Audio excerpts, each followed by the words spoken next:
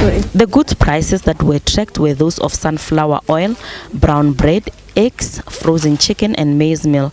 The Competition Commission says the report is its response to the cost of living pressures that consumers have been feeling, especially vulnerable households. It notes that price pressures emanate from the supply side, with effects coming from the war in Ukraine that is impacting global grain and oilseeds and the implications of load shedding. Inflation was concentrated in the prices of grain and oilseed products, as well as fresh produce, especially onions and potatoes. The effects of the avian influenza on the supply of poultry products were also noted. While the outbreak slowed at the end of last year, the consequences of lower supply for consumers was a substantial 66% increase in the price of eggs between April and November.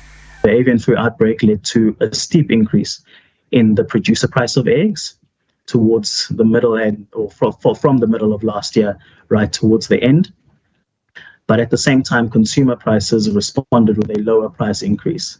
And this is largely to be expected, considering that most of the costs that relate to managing the outbreak, of course, were incurred at the farm level, which is at the producer level.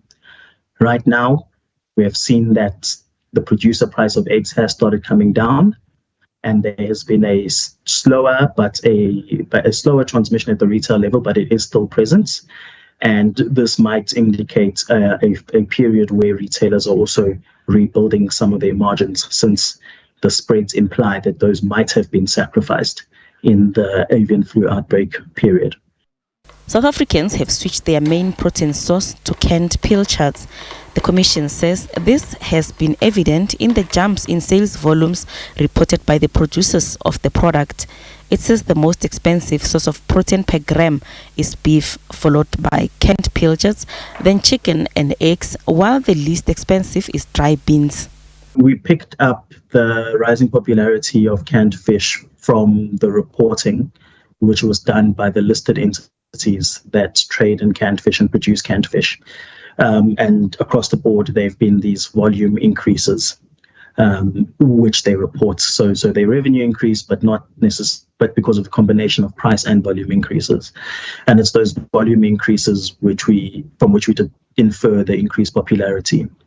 On the pricing, so that graph that I showed shows the price per gram of protein, which I guess is somewhat arbitrary, but since goods aren't sold on that basis.